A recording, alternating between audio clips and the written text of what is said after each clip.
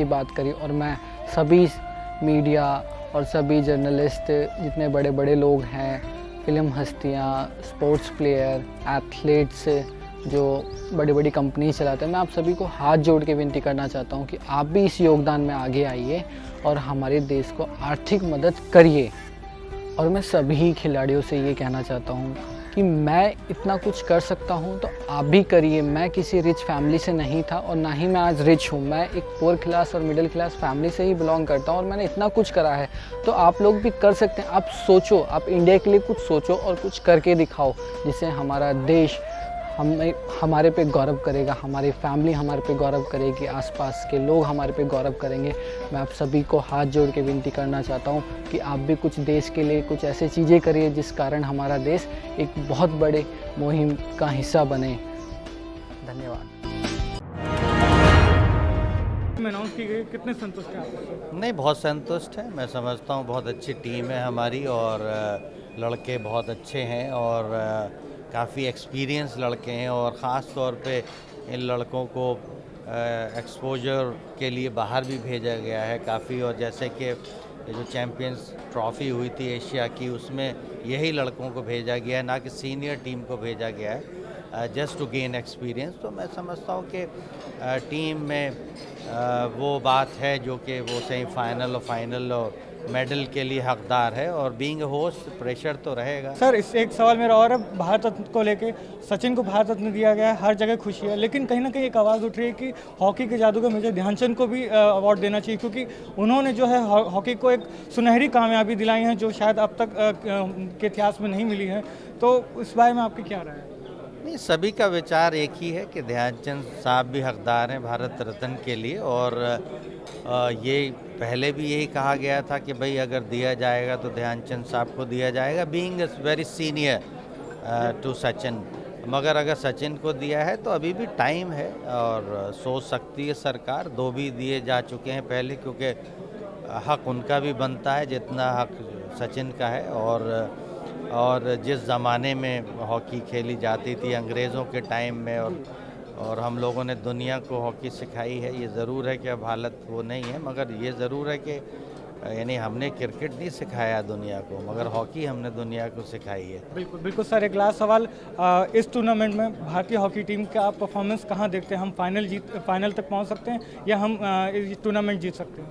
नहीं, दोनों ऑप्शंस हैं हमारे पास। हमारी टीम कैपेबल है जीतने की और मैं समझता हूँ कि ज़रूर फाइनल खेलना चाहिए। जैसा कि दिख रहा है, they are looking pretty well और बहुत ज़्यादा दिन रह नहीं गए हैं, 6 तारीख से स्टार्ट है। तो मैं समझता हूँ कि जितने कोचेज़ हैं, जितने सपोर्टिंग स्टाफ है, इस बात का ख्याल रखेंगे कि वो अपनी टीम जो है वो फिटनेस लेवल जो है ड्यूरिंग द कंपटीशन हो, जिससे कि वो अपना सबसे अच्छा प्रदर्शन कर सकें।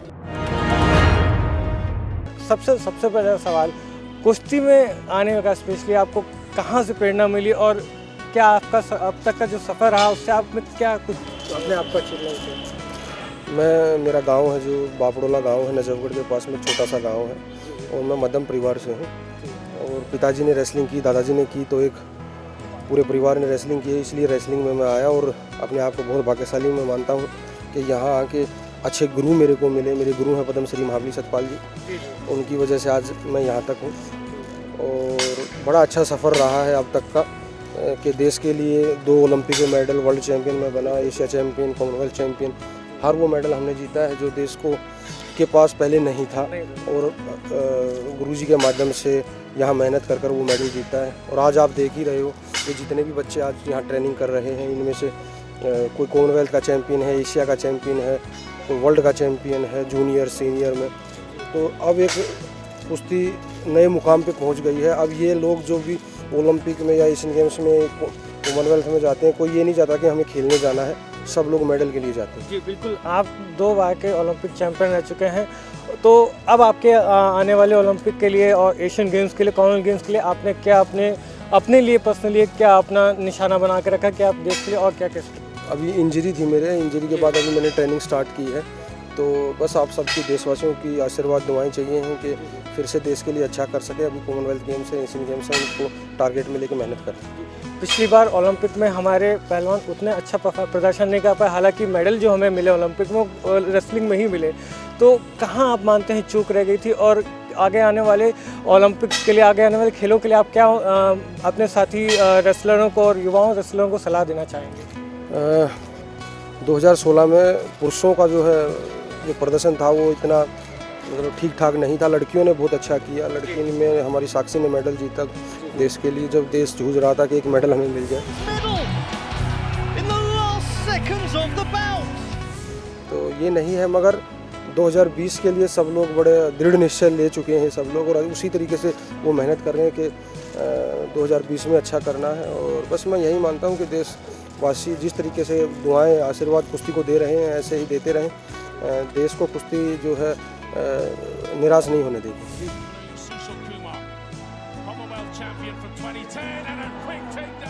प्रो रेसलिंग लीग का कितना हमारे यहाँ के जो भारतीय युवा पहलवान हैं उनको फ़ायदा मिलेगा, क्योंकि वर्ल्ड चैंपियंस भी जो है इस टूर्नामेंट में हिस्सा ले रहे हैं? हाँ, ले तो रहे हैं, मगर मैं एक चीज़ कहूँ आपको कि वो माहौल जो एक इंटरनेशनल लेवल का माहौल है वो आपको इंटरनेशनल एक्सपोजर से ही मिलेगा, वो इनसे नहीं मिलेगा। ये ठीक है, पार्ट टाइम जॉब है, इससे खिलाड़ियों को फ़ायदा होगा, मगर जो इंटरनेशनल माहौल है वो आपको इंटरनेशनल टूर्नामेंट से ही मिलेगा। जी बिल्कुल। आखिरी सवाल आपसे ये है कि आप आने वाले जो युवा हमारे अब देश भर में बढ़ते चाह रहे हैं, कुश्ती को लेकर काफ़ी एक क्रेज़ बढ़ गया कि नहीं मुझे कुश्ती खेलनी है, मुझे देश के लिए जीतना है, इसे आप देश के लिए के एक सुनहरे भविष्य के तौर पर किस तरीके से? मैं आपके माध्यम से सभी देशवासियों को जो कुश्ती में आना चाहता है, मैं उनसे बस यही कहूँगा कि आप अच्छे कोच के पास जाके अच्छी ट्रेनिंग करें और देश के लिए मेडल जीतें। उसके लिए डिसिप्लिन, बड़ों का सम्मान, जो एक कुश्ती का ट्रेडिशन है पहले से चला हुआ है, वो आप अपना के चलेंगे तो आप भी सक्सेस होंगे।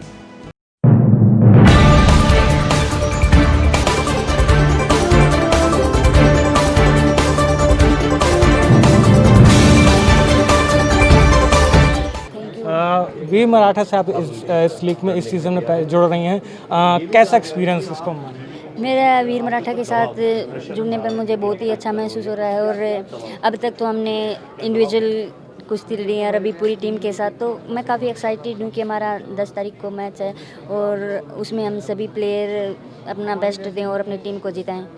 एक सवाल है ऋतु, प्रो रेसलिंग लीग में आपके साथ इंटरनेशनल खिलाड़ी भी हैं जो दूसरे कंट्रीज़ के हैं, आपके अपने हमारे भारत के भी कई पहलवान खिलाड़ी हैं, तो लीग का और जो आप बाकी टूर्नामेंट्स होते हैं उनमें कितना डिफरेंस आप मानते हैं कि मतलब आप जब लीग में खेल रही हैं, कई दूसरे खिलाड़ी जिनसे एक्सपीरियंस मिलता है, तो किस तरीके का आपको ये माहौल होता है, क्या एटमॉस्फेयर होता है? जो कंपटीशन होते हैं वो हमारे बाहर होते हैं, तो यहाँ पे हम अपने लोगों के बीच में तो थोड़ा कॉन्फिडेंस थोड़ा अप हो जाता है, और बार बार अपोनेंट किसी वर्ल्ड चैंपियन या ओलंपिक चैंपियन से लड़ते हैं तो हमें जब लोग वोटिंग करते हैं तो थोड़ा कॉन्फिडेंस आता है, तो अपने आप मनोबल थोड़ा बढ़ता है, तो काफ़ी अच्छा लगता है। जो कॉमनवेल्थ गेम्स या बाकी एशियन गेम्स या रेसलिंग चैंपियनशिप होती है, इनमें जो है आप इंडिविजुअल देश का प्रतिनिधित्व करते हैं, तो इस चीज़ का मेरा सवाल यही था कि इस चीज़ का आपको कैसे एडवांटेज मिलता है जब आप इस लीग में खेल रहे हैं, आप उनके साथ खेल रहे हैं, लेकिन जब आप कॉमनवेल्थ गेम्स, एशियन गेम्स या इसमें जाएंगे तो आप उनके विरोध में खेलेंगे, तो कहीं ना कहीं वो एक रणनीति बनाने में वो किस तरीके से आपको काम है? जी, यहाँ पे हम अपनी पूरी टीम के साथ वर्क करके स्ट्रेटजी बना के खेलते हैं कि अभी इस कुश्ती ये इस पे डिपेंड है, तो सब कुछ यहाँ पे थोड़ा अलग है, और कंपटीशन है वो थोड़ा डिफरेंट है, दोनों में थोड़ा फ़र्क है। जी, तो इस साल जो है प्रो रेसलिंग लीग को लेके आपका क्या तैयारी है, क्या आपने अपनी टेक्निक्स में कुछ बदलाव किए हैं या किस तरीके से आप इसमें इस बार लीग में खेलने वाली हैं? हाँ, लीग के लिए नहीं, हमारी तो वैसे तो ओलंपिक के लिए तैयारियाँ बहुत अच्छी चल रही हैं, तो और लीग के लिए पूरी टीम हमारी तैयार है, और उम्मीद करते हैं कि प्रो रेसलिंग लीग सीजन 3 में हमारी टीम ही विनर हो।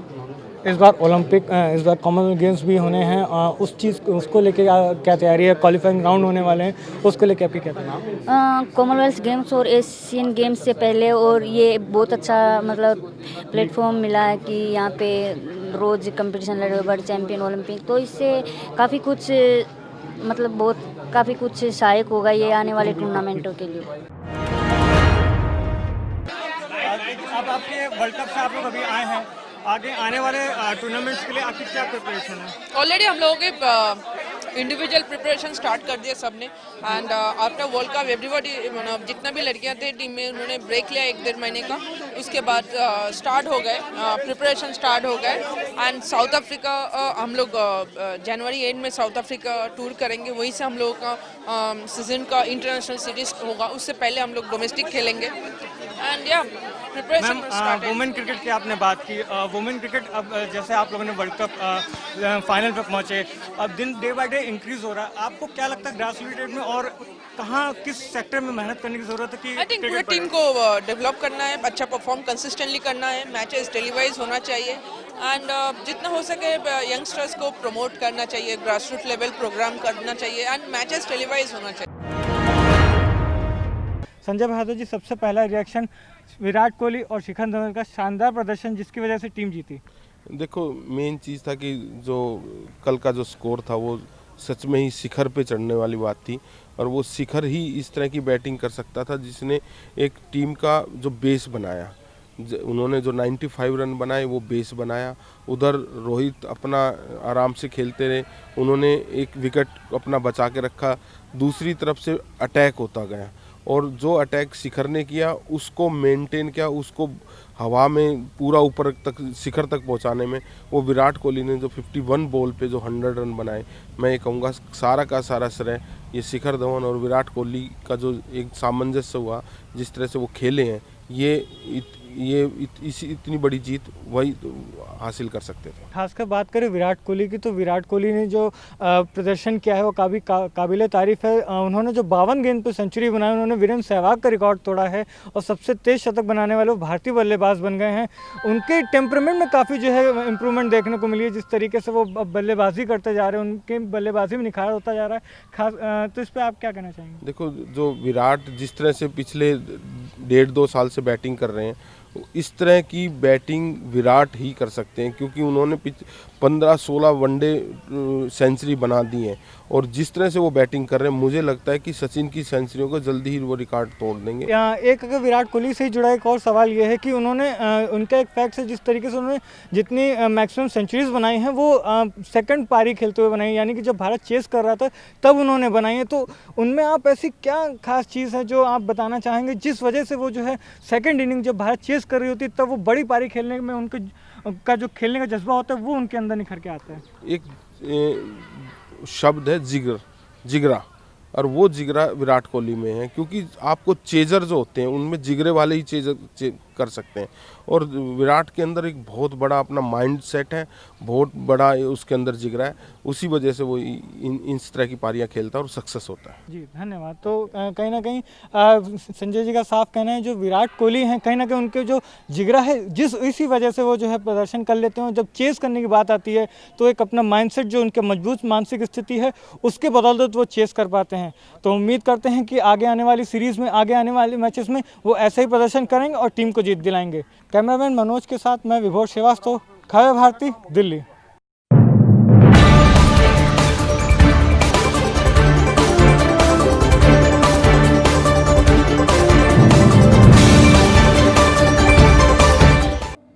और सबसे पहले मेरा आपसे ये सवाल है कि आप इस खेल में कैसे आए? आपको कहाँ से प्रेरणा मिली कि नहीं मुझे कुश्ती में आना है, कुश्ती में कुछ करके दिखाना है? प्रेरणा तो मेरे पिताजी पहलवान थे जी। तो वो लेकिन गांव के लेवल के थे, श्री हुकुम सिंह जी। तो वो गांव के मेले और उनके लिए खेलते थे। वो कभी स्टेट, नेशनल, इंटरनेशनल उसमें कभी नहीं खेले थे। लेकिन मेरा संयोग ऐसा था कि मैं जब 4th क्लास में पढ़ता था तो स्कूल में मुझे 2-3 बच्चों ने पीटा।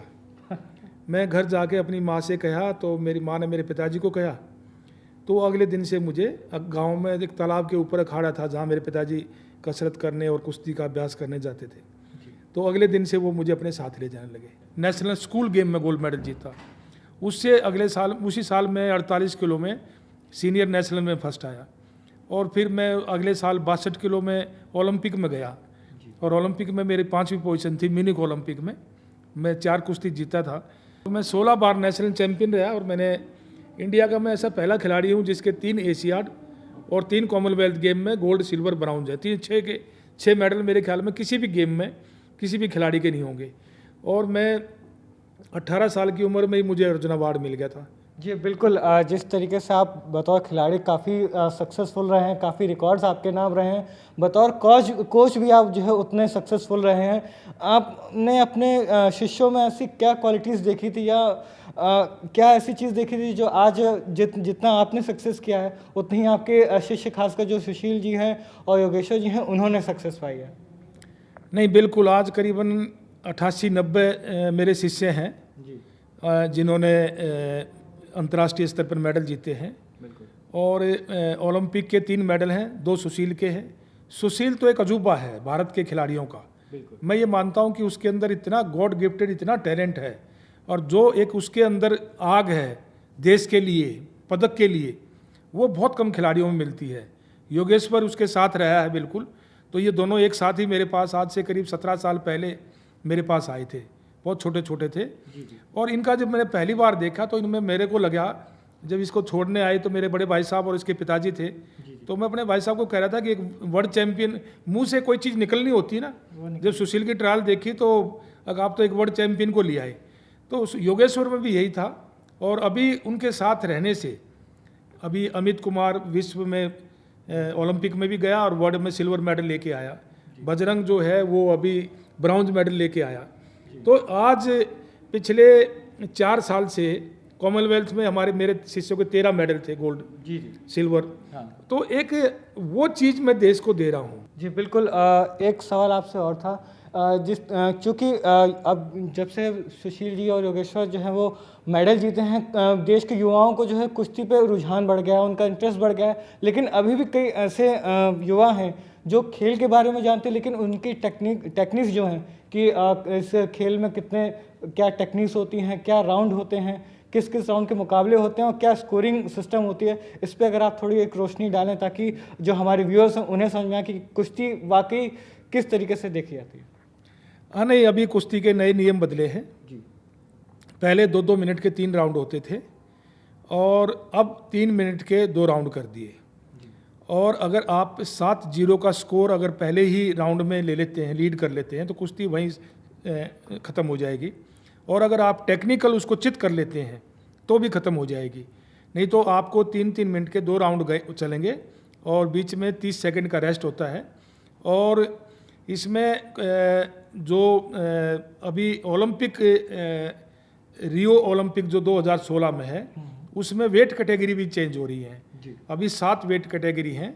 जी बिल्कुल, एक आखिरी सवाल आपसे ये था कि 2016 रियो ओलंपिक की तैयारियां कैसी चल रही हैं, खासकर हमारे जो भारतीय पहलवान है, स्टाफ भारतीय पहलवान है, उनकी तैयारियां कैसी चल रही हैं और आपको क्या उम्मीद है कि इस बार ओलंपिक में कितने मेडल्स हमारे भारत की झोली में आने वाले हैं? नहीं, मैं तो ये चाहता हूँ कि सारे ही मेडल आ जाएं। और क्योंकि मेरे तो एक बहुत बड़ी भूख थी, क्योंकि मैं हमेशा देश के लिए सोचता हूँ, मैं हमेशा समाज के लिए सोचता हूँ। और एक बड़ा अच्छा लगता है जब आप देश के लिए और समाज के लिए काम करते हैं। तो मैं ये मानता हूँ कि रियो ओलंपिक में कम से कम 5 से 6 मेडल भारत के आने चाहिए और उसमें से भी गोल्ड, कम से कम 2 गोल्ड मेडल तो जरूर होना चाहिए। सबसे पहले जगदीश जी आपसे ये जानना चाहेंगे, आप इस खेल में कैसे आए?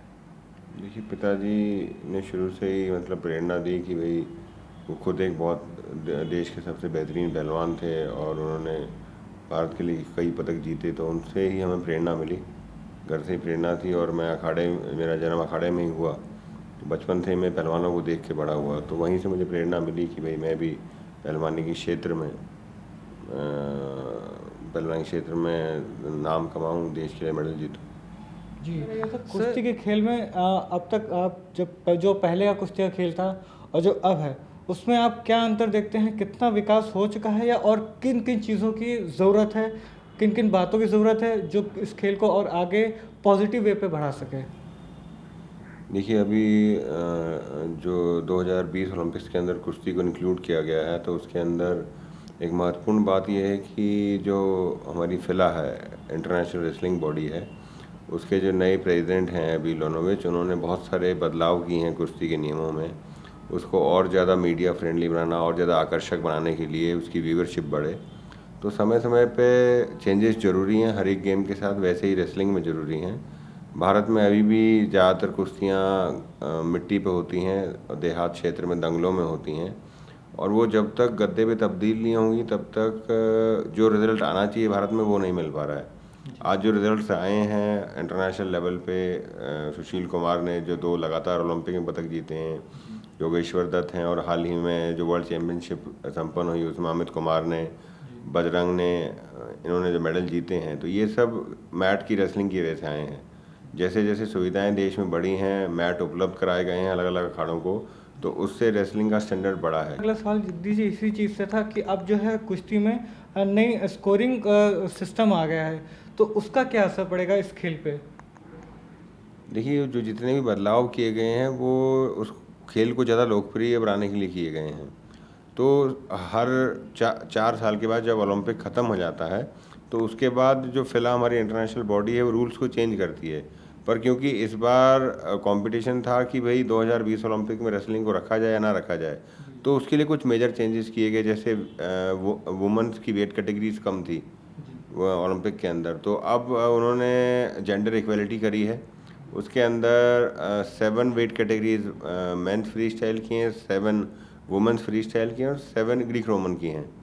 तो उस हिसाब से, और फिर जो अब स्कोरिंग का उन्होंने चेंज किया है तो वो थोड़ा सा और बेटर किया उन्होंने। पहले क्लिंच पोजीशन होती थी तो वो कन्फ्यूज़न क्रिएट करती थी। रेसलिंग के अंदर सबको पता है कि जब सामने वाला पहलवान किसी को गिरा के उसकी कमर पकड़ लेगा तो पॉइंट स्कोर हो जाएगा। तो ये मेजर चीज़ें हैं जो कि एक आम व्यक्ति, एक लेमैन जानता है। तो उस तरीके के रूल्स अगर आप रखेंगे और उनमें छोटे मोटे चेंजेस करके और उसको आकर्षक बनाएंगे, रेसलिंग आकर्षक बनेगी, तो वो ज़्यादा उसकी लोकप्रियता बढ़ेगी, उसकी व्यूअरशिप बढ़ती है, मीडिया फ्रेंडली आती है और उससे गेम को बढ़ावा मिलता है। जी सर, एक मेरा इसी से ये जुड़ा सवाल है कि जिस तरीके से पिछले ओलंपिक्स में हमने देखा और कॉमनवेल्थ गेम्स में देखा, हमारे जो कुश्ती खिलाड़ी हैं वो लगातार मेडल्स जीत रहे हैं और इस खेल में ज़्यादातर समय सफलताएं मिलती जा रही है, तो जिससे जो हमारे युवा हैं वो कहीं ना कहीं अब इस खेल को की तरफ जो है बढ़ते चले जा रहे हैं। तो आप इस चीज़ को कितना पॉजिटिव देखते हो? और पर्टिकुलर इस खेल की हम बात करें जहां क्रिकेट को बहुत ज़्यादा जो है तवज्जो दी जाती है आज के समय में भी, तो इस खेल का फ्यूचर और आगे किस तरीके से देखते हैं? देखिए, रेसलिंग का फ्यूचर बहुत ब्राइट है क्योंकि अब लगातार वर्ल्ड लेवल पे हम मेडल जीतते जा रहे हैं और भारत के पास कई युवा खिलाड़ी हैं जो कि आने वाले 2016 ओलंपिक्स के अंदर भी मेडल जीतने के प्रबल दावेदार हैं।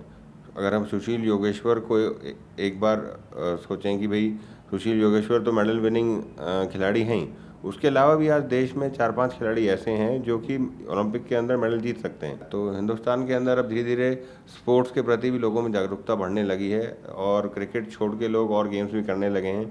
जैसे हमारे पास कई सारे स्टार खिलाड़ी हैं, गगन नारंग हैं, सानिया नेहवाल हैं, तो इन्होंने जो मेडल्स जीते हैं ओलंपिक लेवल पे, तो जब आप ओलंपिक लेवल पे मेडल जीतते हैं तो उसका एक पूरा देश के अंदर मैसेज जाता है। विजेंदर सिंह है बॉक्सिंग के अंदर, कि एक मैसेज जाता है, मैरी कॉम है, तो उससे एक मैसेज ये जाता है कि भाई ये हमारे स्टार आइकॉन्स हैं और इन गेम्स के अंदर हम आसानी से आगे जा सकते हैं क्योंकि हमारे को फॉलो करना है जो हमारे स्टार खिलाड़ी हैं, किस तरीके से वो प्रैक्टिस करते हैं, क्या उनका शेड्यूल है। तो एक हमारे पास टारगेट हो जाता है कि हमारे पास ये खिलाड़ी मौजूद हैं देश के अंदर, अगर हम इनको फॉलो अप करेंगे तो हम वहाँ तक पहुँच सकते हैं। जी बिल्कुल बिल्कुल सर। तो इसी से आखिरी सवाल मेरा ये है कि 2014 रियो ओलंपिक में और 2020 में चूँकि अब शामिल हो चुके हैं, तो अब आप जिस तरीके से खेल बढ़ता चला जा रहा है, सफलताएं मिलती चली जा रही हैं, तो आपको कितना उम्मीद है कि इस बार हम 2016 की पर्टिकुलर अगर बात करें तो कितने मेडल्स हमारे भारतीय पहलवान जीत सकते हैं? देखिए, अभी 2000 लंदन ओलंपिक में 2 मेडल हमारे को मिले थे और 2016 के अंदर ये आंकड़ा जो है 3 से 4 तक जाएगा, कम नहीं होगा, मतलब उल्टा बढ़ेगा। तो कम से कम 3 से 4 मेडल, 5 मेडल भी हो सकते हैं कि हमारे आए 2016 ओलंपिक्स में, और 2020 के अंदर तो आप लेके चलिए कि हम 10 की रेंज में चले जाएंगे। सबसे पहला सवाल, इस लीग को लेके आपकी क्या तैयारी है और वीर मराठा से आप जुड़े हैं जो कि पहली बार इस सीज़न में खेल रही है? तो सबसे पहले तो मैं अपनी टीम ओनर को बधाई दूंगा कि उन्होंने इतनी एक अच्छी टीम जोड़ी है और सभी को एक साथ खेलने का मौका मिला। मेरी कोशिश यही है कि मैं अपनी टीम वीर मराठा के लिए अच्छा करूं और बहुत लकी हूं कि ऐसे कोचेज के साथ, ऐसे रेसलर के साथ एक टीम में जुड़ के खेलने का मौका मिल रहा है। एक वो मंच जहां नेशनल और इंटरनेशनल प्लेयर एक साथ हैं, तो उनका एक्सपीरियंस आपको कितना बेनिफिट करेगा, एडवांटेज करेगा आगे आने वाले टूर्नामेंट में, एशियन गेम्स, कॉमनवेल्थ गेम्स को देखते हुए? जी काफ़ी बेनिफिट है क्योंकि ये मेरा कोई पहला सीज़न नहीं है, मेरा 3rd सीज़न ही है और हम किसी भी इंटरनेशनल रेसलर के साथ यहाँ पे अपने होम टाउन में खेलते तो हमें काफ़ी एडवांटेज मिलता है उस चीज़ का। तो उम्मीद है इस बार भी अपना अच्छा करेंगे और जो भी इंटरनेशनल के साथ हमारी बाउट होगी उनमें अपना बेस्ट देने की कोशिश करेंगे कि आगे आने वाले टाइम में हम उनके साथ काफ़ी टफ बाउट दे सकें।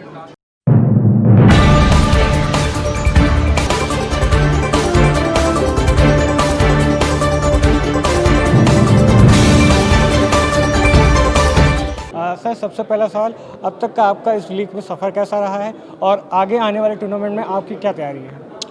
जी, लीग का अगर देखा जाए तो मैं अभी पर्सनली तो काफ़ी अच्छा एक्सपीरियंस रहा है, क्योंकि हम बहुत ही अच्छे प्लेयर्स जो हैं वर्ल्ड के मेडलिस्ट हैं उनके साथ हमने कम्पीट किया है। तो उसी वजह से हमारे जो बाहर जब हम इंडिया को रिप्रेजेंट करते हैं तो हमारी तैयारियां वहाँ पे इस लीग की बदौलत काफ़ी अच्छी दिखाई पड़ती है, क्योंकि हमें कंपटीशन बहुत अच्छा मिल जाता है यहाँ पे। और आगे अभी 3rd सीज़न है और इसकी भी तैयारियां काफ़ी अच्छी चल रही हैं हमारी इसको लेके, और हम पूरी कोशिश करेंगे कि इसमें बहुत अच्छा करें। जी सर, ये आप जो है ओलंपिक कॉमनवेल्थ गेम्स चैंपियन भी, मेडलिस्ट भी रहे हैं और आगे आने वाले साल 2000 में कॉमनवेल्थ गेम्स भी पढ़ने हैं, आगे जो टूर्नामेंट पढ़ने, उसके लिए आपकी क्या तैयारियां हैं? आप क्या मेहनत कर रहे हैं? क्या डाइट में आप लाए हैं फ़र्क, और किस कैटेगरी में आपके अपने कैटेगरी में कोई बदलाव किया है या उसी कैटेगरी में खेल रहे हैं? मैं स्टार्टिंग से ही 97 में खेलता हूँ और अभी जो कॉमनवेल्थ गेम्स आ रहे हैं उनकी ट्रायल्स भी हमारी अभी नज़दीक ही हैं और उनके ऊपर हमारा पूरा फोकस है कि हम देश के लिए गोल्ड मेडल जरूर लाए। पिछले कॉमनवेल्थ में जैसे सिल्वर आया था तो उसी को ध्यान में रखते हुए कि किन के साथ मेरी बाउट आ सकती है, क्या मेरे अपोनेंट कौन कौन से हैं, मेरे प्लस पॉइंट क्या हैं, वीक पॉइंट क्या हैं, तो इन सब को ध्यान में रख के हम काफ़ी अच्छी मेहनत कर रहे हैं। जी, एक सवाल और था कि अब पिछले कुछ से काफ़ी जो है नए नियम आ गए हैं पॉइंट्स को लेके खासकर, और तो उन जो नए नियम हैं उनके मुताबिक आप लोगों को ढलने में कोई परेशानी हुई, या अब वो क्या पहले के जो पॉइंट्स मेथड थे वो ज़्यादा इजी थे, या आपकी जो नए मेथड शुरू हैं वो ज़्यादा इजी हैं? जी देखिए, जो नए रूल हैं वैसे तो इतना मैट पे तो इतना बदलाव हुआ नहीं है, खाली बस ये बदलाव हुआ है ज़्यादा तो कि हमें उसी दिन अपना वेट दिखा के उसी दिन कम्पीट करना पड़ेगा। जी। तो उसके लिए यही है कि उससे हमें और ज़्यादा डिसिप्लिन रहना पड़ेगा, क्योंकि हमें अपना वेट कंट्रोल में रखना पड़ेगा हमेशा, और हमेशा डिसिप्लिन रहना पड़ेगा, अपने डाइट के प्रति और ज़्यादा सजग और सचेत रहना पड़ेगा, बस यही बदलाव है। जी, सुशील कुमार, योगेश्वर और आपके मेडल जीतने के बाद लड़कों में तो रेसलिंग को लेके क्रेज़ बढ़ा ही, गीता फोगाट और साक्षी मलिक के जीतने के बाद अब लड़कियां भी इस खेल में आ रही हैं, तो इस चीज़ को आप कैसे देखते हैं, और उन जो युवा जो रेसलिंग में आना चाहते हैं उनको आप क्या मैसेज देना चाहते हैं? जी देखिए, बहुत अच्छी बात है ये मेडल्स आने के बाद। लड़के तो हमारे यहाँ काफ़ी टाइम से ही, पुराने टाइम से ही काफ़ी अच्छे रहे हैं और अच्छी मेहनत करते हैं, लेकिन अब जो बदलाव आया लड़कियों में वो बहुत ही मैं कहूँगा कि बेहतरीन बदलाव देखने को मिल रहा है। हमारे सेंटर में भी काफ़ी लड़कियाँ, कम से कम 15-20 लड़कियाँ सडनली बढ़ी हैं, सब माँ बाप सपोर्ट करने लगे हैं। लड़कों से मैं तो ये कहूँगा कि हमारे यहाँ लड़कों से भी ज़्यादा अब लड़कियों पर ध्यान देना शुरू हो गया है। मैम, आपकी जो अभी तक अचीवमेंट रही हैं, और इतना मतलब आपकी अचीवमेंट के बाद से भारतीय जो लड़कियां हैं वो भी जो है रेसलिंग में आने लगी, इस पे सबसे पहला रिएक्शन आपका? मुझे ये बात सुन के बहुत खुशी होती है, मुझे प्राउड फील होता है कि मेरी वजह से जो है वो लोगों की सोच बदली है, पेरेंट्स की सोच बदली है कि वो अपनी लड़कियों को भी रेसलिंग जैसे गेम में डाल रहे हैं, और बहुत सारी लड़कियां आ रही है रेसलिंग के लिए, और मुझे बहुत खुशी है इस बात की। जी, प्रो रेसलिंग लीग की बात करें तो ये 3रा सीज़न चल रहा है, आपके पिछले सीज़न में भी काफ़ी शानदार आपका प्रदर्शन रहा और लगातार आप जो है मेडल्स लेते आ रही हैं, तो इस सीज़न में जो है आपकी क्या खास तैयारी है? तैयारी बिल्कुल अच्छी है, तैयारी बहुत अच्छी इसलिए मैं कहना चाहूँगी क्योंकि कॉमनवेल्थ गेम्स हैं भी आ रहे हैं, तो हमने अपनी मतलब पूरी जान लगा दी है जितना पूरी ट्रेनिंग में, और जो भी हमारी कमियां हम उन पर वर्क कर रहे हैं। आपके हस्बैंड भी एक रेसलर हैं, उनसे कितनी आपको हेल्प मिलती है? पर्सनल लाइफ और प्रोफेशनल की भी बात करें, वो भी एक पहलवान है। बहुत हेल्प मिलती है क्योंकि दोनों ही सेम फील्ड से हैं, तो एक पॉजिटिव पॉइंट है, और वो मेरी कमियां बताते हैं, मैं उनकी कमियां बताती हूँ, और एक सपोर्ट है कि कमियां बताने में कहीं झगड़ा तो नहीं होता? नहीं फिर तो हम ऐसे कोचों के सभी कोचों के साथ लड़ाई कर लेंगे। बिल्कुल। हाँ। तो मैम, ये पूछ रहे थे कि आप जो लड़कियां आ रही हैं वो कई बार सोचती हैं कि मैं साक्षी जैसा बनना चाहती हूँ, लेकिन उनके पेरेंट्स हम लोगों से पूछते हैं कि बच्चों को हम कैसे बेचें, क्या डाइट्स करें, कैसे उनको आगे बढ़ाएं, उनके लिए आप क्या मैसेज देना चाह रही हैं? उनके लिए बस यही मैसेज है कि सबसे पहले तो कि आप लड़का लड़की में फ़र्क ना करो और अपने बच्चों को समझो, जो वो कहना है, जो वो करना चाहते हैं उन्हें फ्रीडम दो। फोर्स से हम किसी को कुछ नहीं करवा सकते हैं, तो जब भी तक बच्चे का खुद का इंटरेस्ट नहीं होगा तो अपने बच्चे को समझो और फिर उनका सपोर्ट करो। आगे आने वाले समय के लिए मैम आपका क्या टारगेट रहेगा? अब मेरा सबसे पहला टारगेट है कॉमनवेल्थ गेम्स हैं और एशियन गेम्स, फिर टोक्यो 2020 में। आपने कॉमनवेल्थ गेम्स की बात की, हाल ही में कॉमनवेल्थ गेम्स में हमारे रेसलर्स का सबसे ज़्यादा अच्छा प्रदर्शन रहा है, क्या कहेंगे उसका शेयर?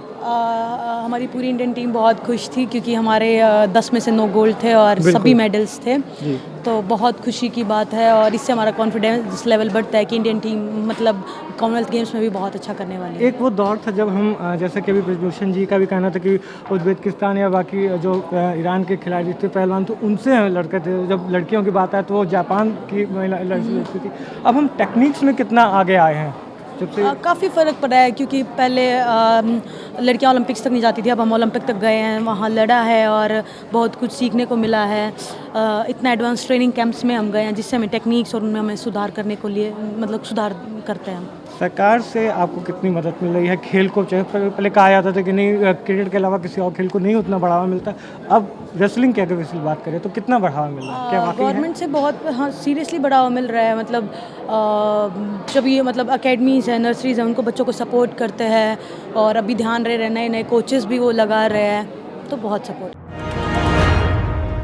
नरेंद्र सर, आपसे एक सबसे बड़ा सवाल, जो आपने टीम अनाउंस की है कितने सेटिस्फाइड हैं आप उनसे? नहीं, हम पूरा टीम तो सिलेक्टर और हमारे कोच और जो हाई परफॉर्मेंस डायरेक्टर है वो सिलेक्ट करते हैं। दे आर फुली सेटिस्फाइड और तो टीम के मोरल से भी मुझे लग रहा है कि अच्छी ब्लेंड हुई है टीम और कॉन्फिडेंट है काफ़ी। जी, जिस तरीके से देखा टीम में आपने एक्सपीरियंस और युवा दोनों ही को प्रेफरेंस दी है, तो और पिछले भी टूर्नामेंट्स हमने देखे अच्छा परफॉर्मेंस रहा है, तो इस बार हम क्या उम्मीद करें अपनी हॉकी इंडिया टीम जो वर्ल्ड कप जा रही है खेल में? नहीं, जो जूनियर प्लेयर थे हमारे, हमने उनको कोशिश की है कि पिछले 1 साल में जूनियर के साथ ब्लेंड करके एंड देन लास्ट में पिछले 3-1 महीने से हमने जूनियर टीम को ही भेजा है सारी इंटरनेशनल टूर्नामेंट्स खेलने के लिए, ताकि इनको एक एक्सपोजर एक्सपीरियंस मिले और जिससे ये जो अब जूनियर टूर्नामेंट है, जूनियर वर्ल्ड कप, उसमें कॉन्फिडेंस से खेल सके। जी, एज अ होस्ट हमारे भारतीय टीम के पास कितना एडवांटेज रहेगा?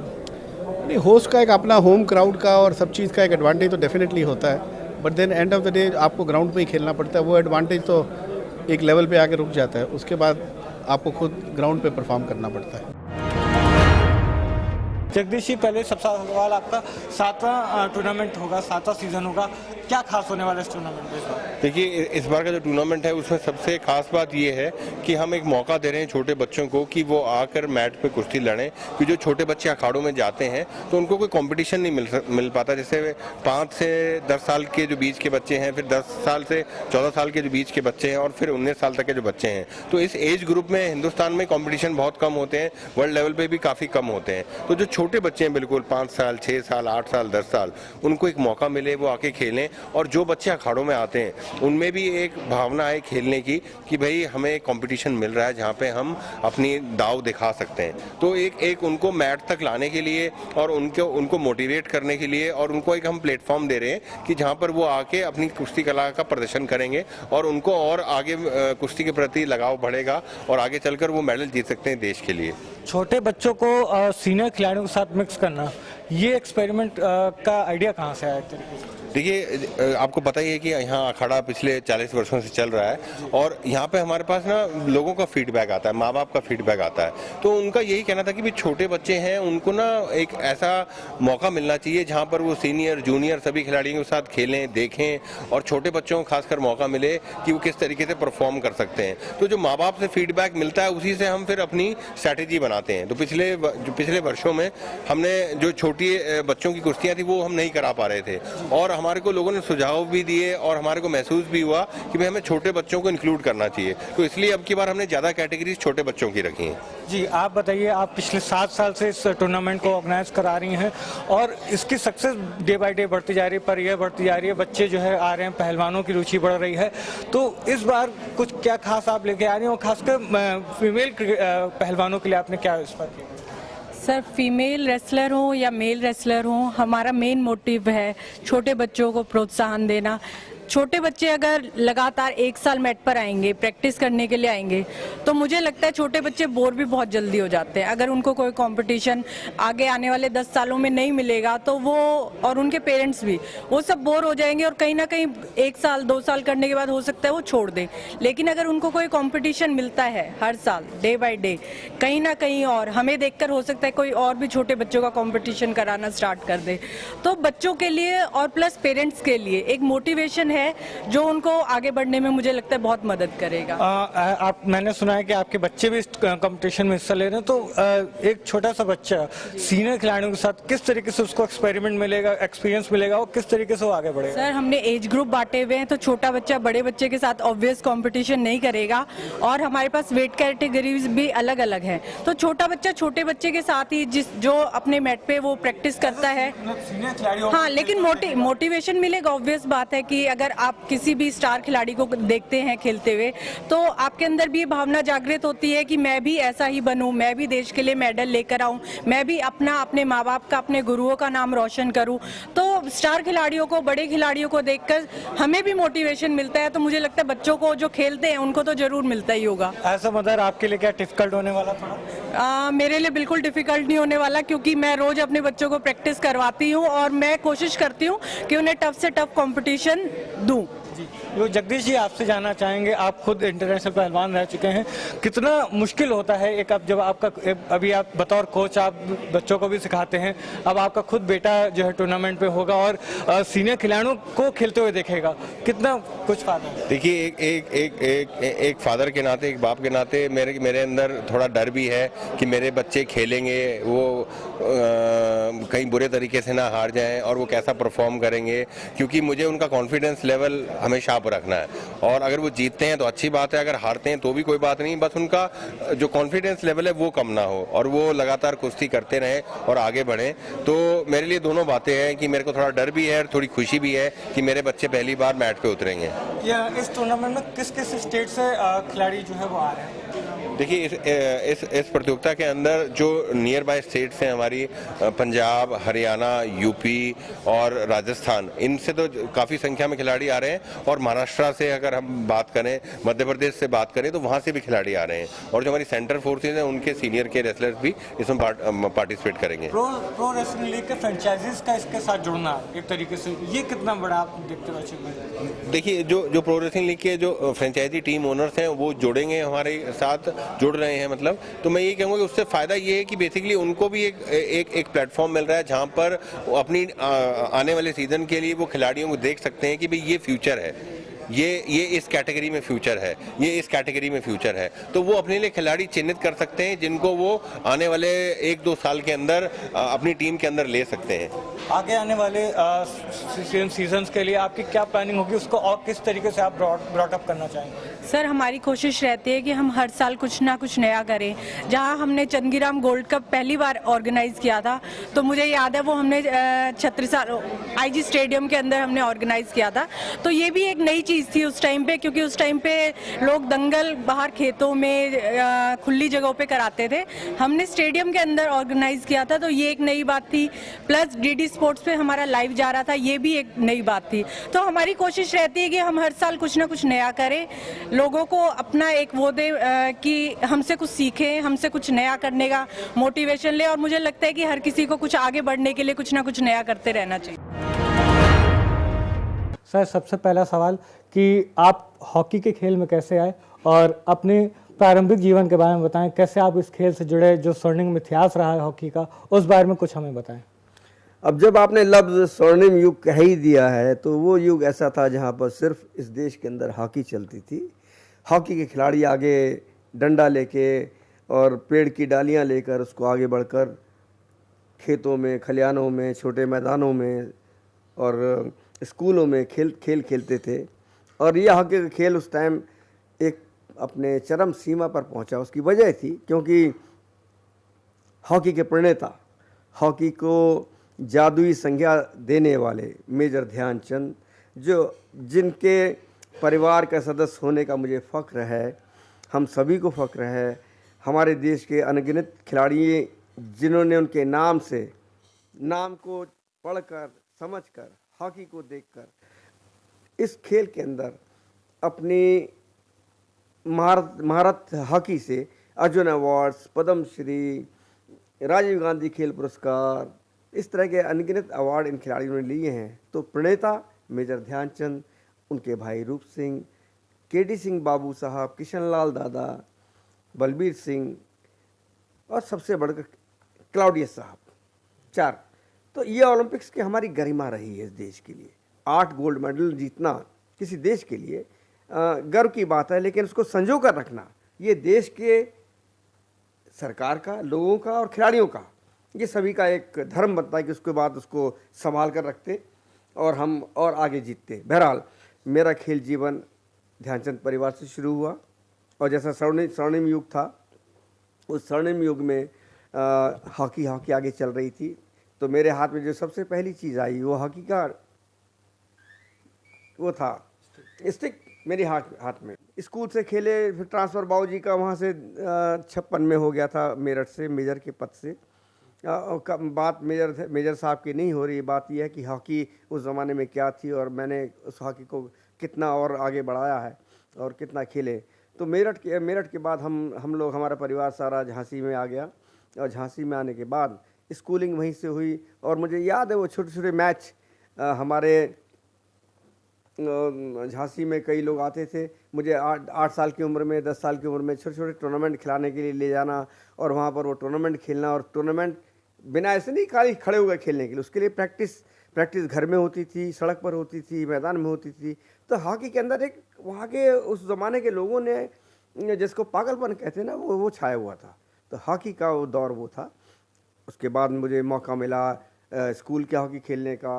स्कूल के हॉकी खेलने के बाद इंटर मैंने पास किया झांसी से। कॉमर्स पास करने के बाद मेरा अगला एडमिशन बीकॉम में होना था।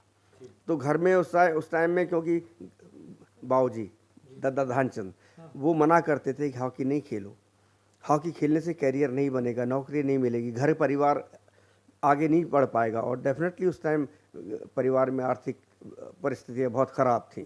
एक कमाने वाले थे हमारे बाबूजी, वही सब पूरा खर्चा चलाते थे घर का। तो वो चाहते थे कि उनके लड़के जो हैं वो आगे बढ़कर कोई नौकरी करके घर परिवार को आर्थिक सहायता दें।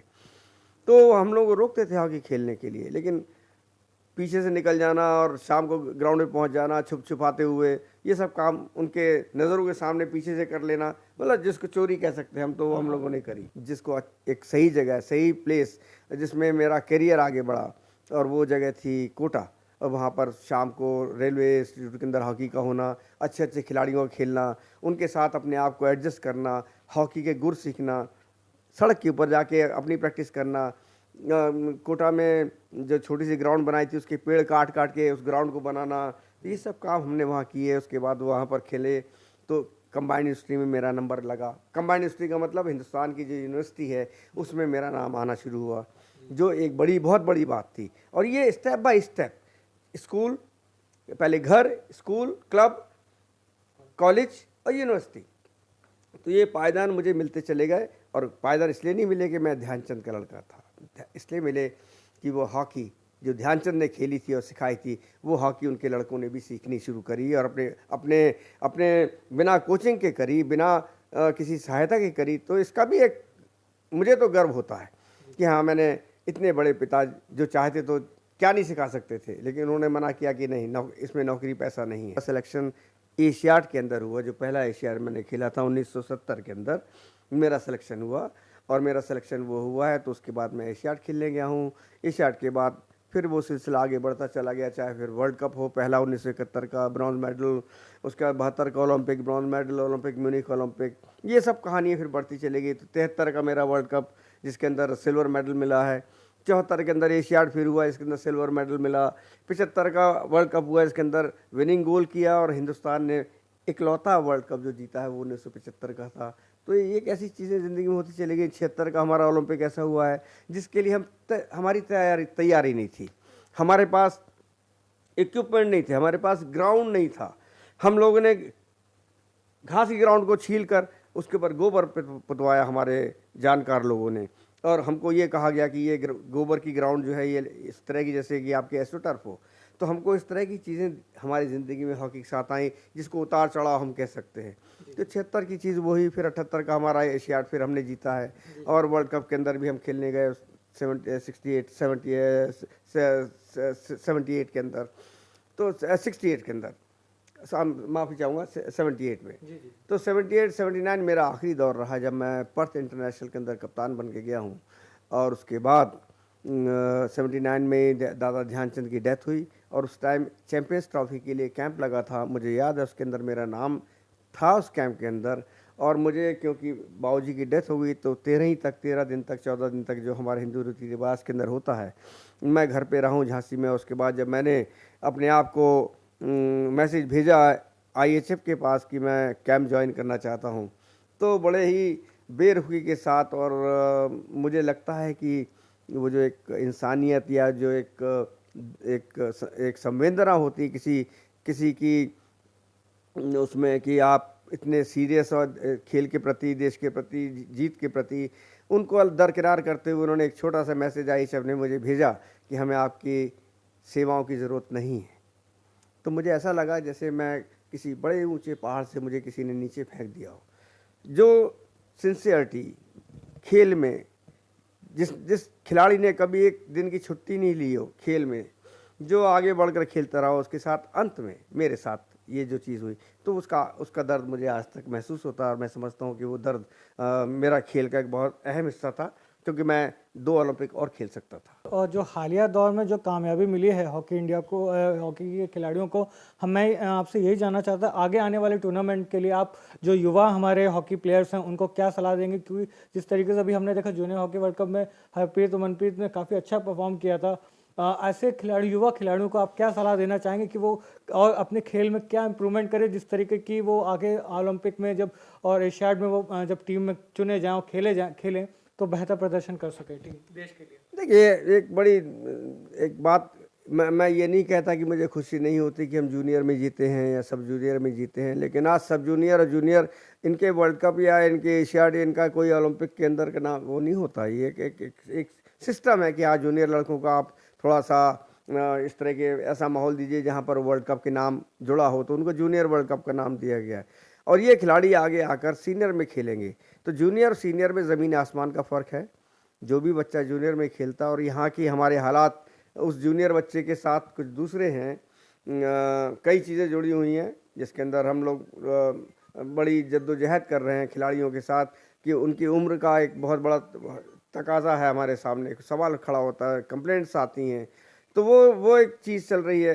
और दूसरी बात, वो हर स्पोर्ट्स में, हॉकी में नहीं, हर स्पोर्ट्स में, तो वो जूनियर का है। हाँ, अब हमारे सामने सीनियर अजलन शाह टूर्नामेंट है जो अब होने वाला है। इसके अंदर चाहे मनप्रीत जाएं, चाहे वो दूसरे नए खिलाड़ी जाएं, हरमनप्रीत जाए, इनको एक देश के अच्छे खिलाड़ी होने का सबूत देना होगा। वहाँ अपनी उस मेहनत से, अपने उस खेल से जो उन्होंने जूनियर में दिखाई है, उसको सीनियर में दिखाना होगा। तब उनकी परीक्षा का टाइम है। ये अभी अजलन शाह टूर्नामेंट शुरू होना है, तो मैं समझता हूँ कि ये हमारा टेस्टिंग पॉइंट है, टेस्टिंग पीरियड है। और ये खिलाड़ी इतना एक्सपीरियंस होते हुए जिन्होंने जूनियर वर्ल्ड कप जीता है, बहुत खुशी की बात है।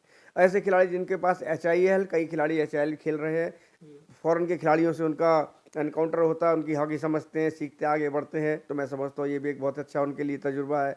हमारी हिंदुस्तान की टीम हर दूसरे तीसरे महीने में एक्सपोजर के लिए, ट्रेनिंग के लिए बाहर जाती है, उनको बहुत ट्रेनिंग मिलती है, बहुत अच्छी बात है। इन सब का फ़ायदा देश के उन गिने चुने tournaments, Olympics, world cup, champions trophy, इनके अंदर हम कितना रिटर्न में देते हैं खिलाड़ी, ये समझने और जानने की ज़रूरत है। अब बात करें अगर आपके बाबूजी की, मेजर ध्यानचंद जी की, उनकी आपको एक ऐसी कोई किस्सा या ऐसा वाक़या कि जो आपको हमेशा याद आता हो? क्योंकि जहाँ तक हम लोग को भी एक बात है कि एक समय था उनका खेल इस कदर का था कि हिटलर तक जैसे लोगों ने कहा था कि अगर मुझे ये मेजर मिल जाए तो मैं पूरे दुनिया में राज कर सकता हूँ। तो ऐसा कोई एक किस्सा अगर आपको याद हो बाबूजी के बारे में? मैंने जीवन में ईश्वर को किताबें बहुत पढ़ी हैं, कहानियाँ सुनी हैं, कथाएं सुनी हैं, हम सभी ने सुनी हैं, लेकिन किसी इंसान की कथाएं और कहानियाँ जो ध्यानचंद के खेल के साथ जुड़ी हों वो जो कहानों में मुझे बचपन से लेकर आज तक पढ़ती कोई ना कोई कहानी मुझे सुनने को मिल जाती है। किसी शख्स पहुँचे, अरे दादा ध्यानचंद तो ऐसा कहते थे, ऐसा करते थे, ऐसा करते थे, ऐसा खेलते थे। तो ये जो मिथ्स हैं, जो कहानियाँ हैं, ये उस शख्स की वो शख्स जो कहानी सुना रहा है वो अपनी उपमा दे रहा है। वो उस ध्यानचंद को कितना ऊपर समझे बैठा है कि उसके बारे में कहानी, कथाएं, ऐसी बातें जो ऐसा लगता है अविश्वसनीय हों, वो कही जाती हैं। तो और वो कहानी किससे ध्यानचंद के जीवन के साथ जुड़े हैं। तो ध्यानचंद के जीवन के साथ ऐसी कहानी किससे जुड़े हो तो उस इंसान की क्या कीमत होगी इस देश के अंदर और हमारे उस इतिहास में, जो हम लोग इतिहास पुरुषों के नाम दिए हैं। और ध्यानचंद वो इतिहास पुरुष थे जिन्होंने अपने उस बड़े सीधे सच्चे, जिनका पहला लफ्ज़ जो मैंने आत्मसात किया अपने आप के अंदर कि आपको बनाने वाले आपके साथ के खिलाड़ी हैं। ध्यानचंद भाई, आप ध्यानचंद कैसे बने? पहली बात तो ध्यानचंद कैसे बने, असली बात ध्यान सिंह नाम था। चांद की तरह चमके 1932, 1936, 1928 के अंदर लोगों ने कहा ये तो शख्स ध्यान सिंह, ध्यानचंद है, ये तो चांद की तरह चमक रहा है, इसका खेल निखर रहा है। तो ध्यान सिंह से ध्यानचंद बन गए। क्या दुनिया में कोई ऐसा शख्स होगा जिसका नाम बदला गया और वो खेला गया? और किसने बदला? देश के लोगों ने। जो हॉकी को जादूगरी की संज्ञा दी गई कि हॉकी जादूगर, कोई ध्यानचंद ने अपने नाम के आगे हॉकी जादूगर नहीं लगाए, इस देश के लोगों ने उन्हें हॉकी जादूगर बोलना शुरू किया। तो वो जो चीज़ें जुड़ी इस देश के साथ, और अफसोस ये होता है कि इस देश का सबसे बड़ा जो एक मेडल है जिसके लिए हमारी सरकारें बनती हैं और अपने उस विवेक से, अपने उस समझ से देश के उन नागरिकों को, चाहे वो मृत हों या जीवित हों, उनको उससे सुशोभित करती है।